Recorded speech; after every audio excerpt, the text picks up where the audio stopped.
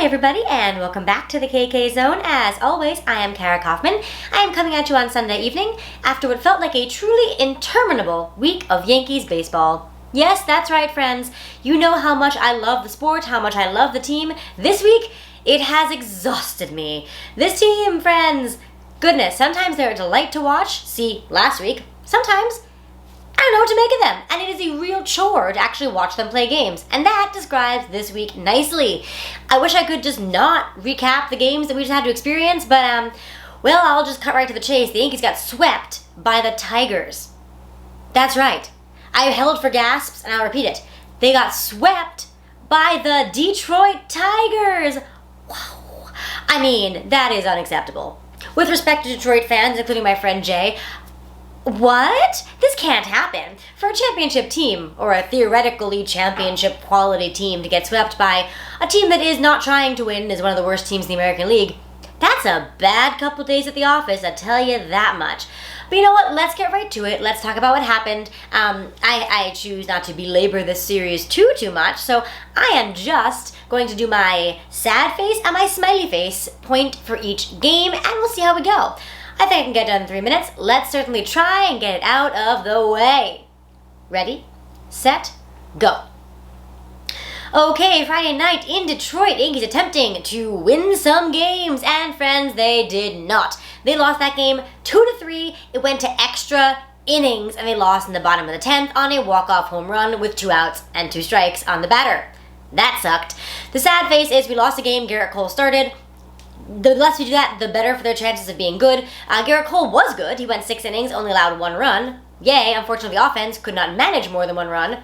Boo, and thus the extra inning debacle. On the bright side, Odor had a 4-hit night. That's always fun to watch, including 1 home run, which accounted for the only Yankees run in regulation. Also, I thought Boone made some good pinch hitting decisions. I enjoyed that. He pinch hit Gary for Higashioka, which, that's great. It didn't work out in that particular case, but I love Higashioka, but his bat has cooled off considerably, and Gary Sanchez is definitely the better hitter. And he also pinch hit Miguel Andujar for Brett Gardner, which also a good move in this context, and did work, and Andujar came through with a hit. So, that's my sad and happy from Friday's game, which, again, the Yankees lost in extras. Saturday's game, back at it. Let's try and win one this afternoon, shall we? Oh, nope, we didn't. Yankees lost it 1-6.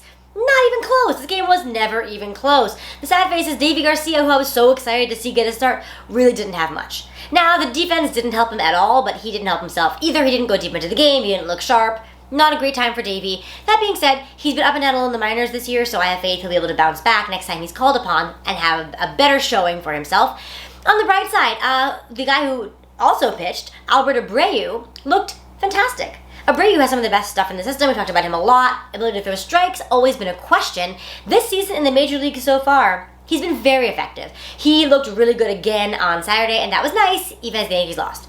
Okay, moving on to Sunday. Could they salvage the last game and avoid a sweep? Nope, they could not. They lost this game 2-6. Again, allowing 6 runs to the Tigers. This one stung even more because lots of those runs, 3 of them in fact, were unearned. Bah! This one, the Yankees made 3 errors in 1 inning. Oh, that's a clown college shit show. If I ever saw one, it was really not pretty. So my sad face is the defense was bad. Also, the hitting was bad. Also, the base running was bad. Gary Sanchez got thrown out in the bases when he should have just stayed put when he represented the, climb back into it run. He had an RBI single. That was great. Stay at first, buddy. Don't try to run. Anyway, everything looked really awful. They looked like a very bad team. They're not one, but they sure looked it on Sunday. Couldn't think of much to smile about, except I will say that 3 different guys had multi-hit games. That was good. It was DJ LeMahieu, it was Gary Sanchez, it was Clint Frazier. All those guys really need to kind of pick it up a little bit, so a multi-hit game to end the week for them. That was a good thing. And Nick Nelson, who actually has not been that good this year in his time in the majors, looked very sharp in his 2 innings to close out today's embarrassing loss. Yeah, like I said, I'm not going to belabor this one too much more. I would love to just turn the page and forget all about this wretched series in Detroit. The Yankees are, they got to play better. They know it. Everyone knows it. Boone knows it, the players know it, everyone's doing their best, but right now their best is not hacking it. The offense is the biggest concern, because the pitching, while not so great in the last 2 games, that's going to happen sometimes. In general, it's been really good. The hitting, though, has been consistently not very good all year, and now, of course, whenever the pitching doesn't have an amazing when, or even on Friday when it does have a really good game, they're starting to lose because they can't put together any strings so they put runs on the board. So, hopefully that will change. Looking forward, though, this coming week, it's going to be a tough one. Yeah, so they really got to pull it together, turn the page in Detroit, get back to the Bronx, and play better baseball. Play better baseball. Play better baseball. That's what I'm going to be saying in my head all week, and hopefully, they'll do it. And hey, in addition to all of this bad baseball being played, there was more Whiteboard of Doom stuff going on. Let's talk all about it with the Whiteboard of Doom. Hey everybody, here we are again. This has not been the Yankees week in any way, shape, or form, including injuries. Here we go. Let's take away that 3 that we accrued and bring it back to 0. Womp womp. Well, what happened? Looks like up. Justin Wilson, he has a right hamstring strain as of Saturday. He is now on the IL. I mean, he hadn't been pitching great, so I guess meh. And then the Yankees are now short pitchers in the big leagues. They had to make a move here. You'll notice that Aaron Hicks has gone from a 10-day IL. It's not because he's better. It's because he's over on the 60-day IL now. There he is. His season-ending wrist surgery. That's now official. He's on the 60-day IL. This is what the whole whiteboard looks like right now. I mean, 4 on the 10-day, 4 on the 60-day. It's not what you want, but that's where we're at. Yeah. I mean, Justin Wilson hasn't been very good, but now he's also hurt. So, you never want that. That's even less depth.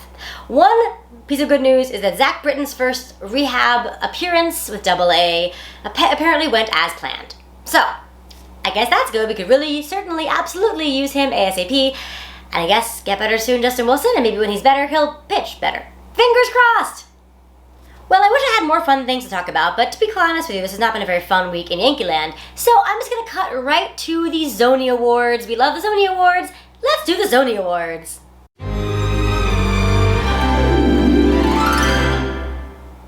Yes, welcome to the Zony Awards. This week we have to give away some hardware, and again, it was some of these. It was quite a challenge to figure out to whom to give the goods.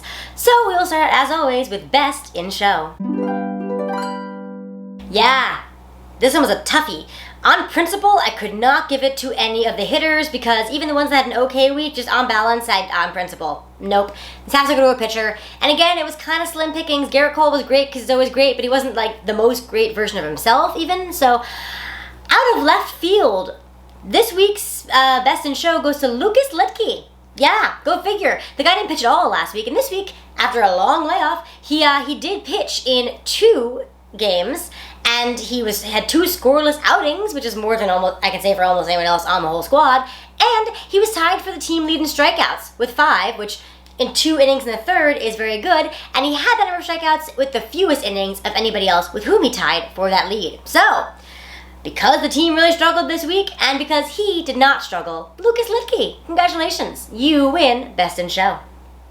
And I always say it wouldn't be a week in baseball if I couldn't find a delightful moment. I tried so hard to be delighted about anything, and you know what I came up with?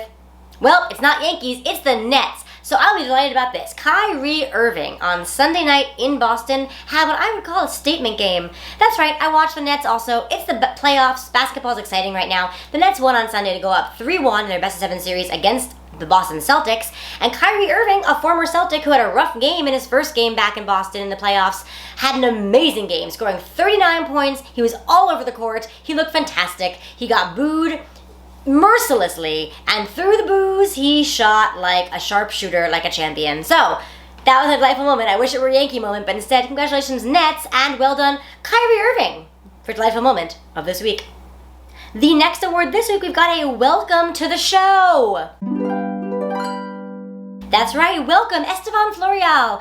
And no, I know, before you correct me, I know it was not his Major League debut. He actually made that debut last year, getting into 1 game in the weird-ass 2020 season. He did get a hit in that game, this wasn't even his first hit. But he got into 1 game again this year so far, and again, another hit. So first of all, a hit per game, that's a pretty good pace if he can keep it up. And second of all, the hit he had in the game this week was a double, and that double was his first Major League Extra base hit. So, first off, what I hope is many. Good job, Estevan Florial. Now, what I'm kind of hoping for is his first hit was a single, his second hit was a double. Can we get his third hit for a triple and his fourth for a homer? That would be a delight. So, he's back in the minors now, but keep an eye out for Estevan Florial when he comes back. But in the meantime, as of this week, he has won the Welcome to the Show, Zoney.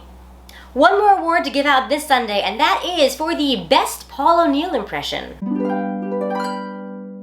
And this one goes to Gleyber Torres. Gleyber Torres had a rough week after his amazing week last week. This week was no bueno for Gleyber Torres. He also made 3 errors this week, including 2 in this awful, abysmal, terrible Sunday game. And cameras cut to him after the inning in which he made those 2 errors and caught him just absolutely beating up his glove.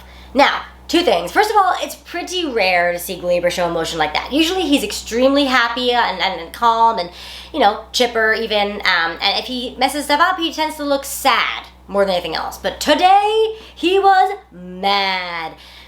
Classic Paul O'Neill beating up the water cooler moment, except Gleyber was doing it with his glove. And I will say I enjoy that at least he was just kind of throwing his glove instead of hitting something with his hands or doing something else that could possibly cause him injury, because that's the last thing we need is for him to get hurt. So, smart choice there, Gleyber. If you're going to be mad and taking out in your glove, at least throw the inanimate object against the wall instead of your arms or fists or face. So, I guess smart choice for the antics. I'm not mad at this. I think the guys were all really frustrated.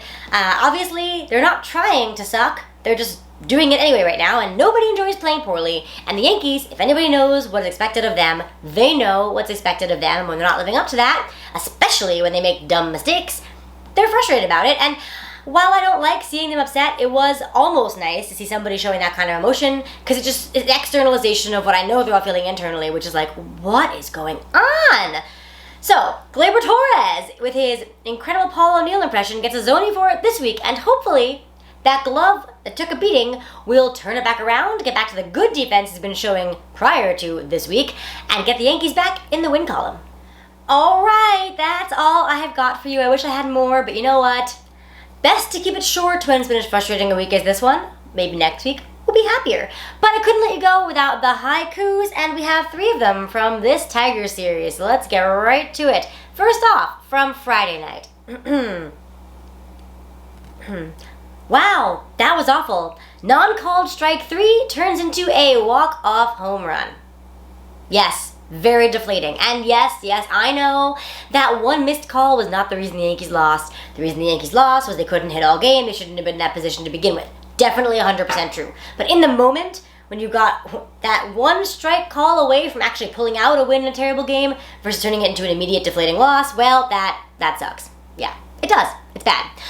So that's that. And then moving on to Saturday. Did things get better? We know they didn't, so what did I write? I'm not gonna lie. I did not watch today's game. Seems like a good call. Yeah, I don't regret that. I had a family thing, didn't get to see it. Obviously, I watched the highlights and read about it, and didn't seem like I missed much, so not sorry to have missed that debacle. And then how about Sunday? Well, I watched that one, and then had to cleanse my eyes. Extremely not good. I actually did. This whole afternoon I spent watching that game, and was it worth it? No, but I always say, if you're going to love your team, you kind of have to watch them when they struggle as well as when they succeed.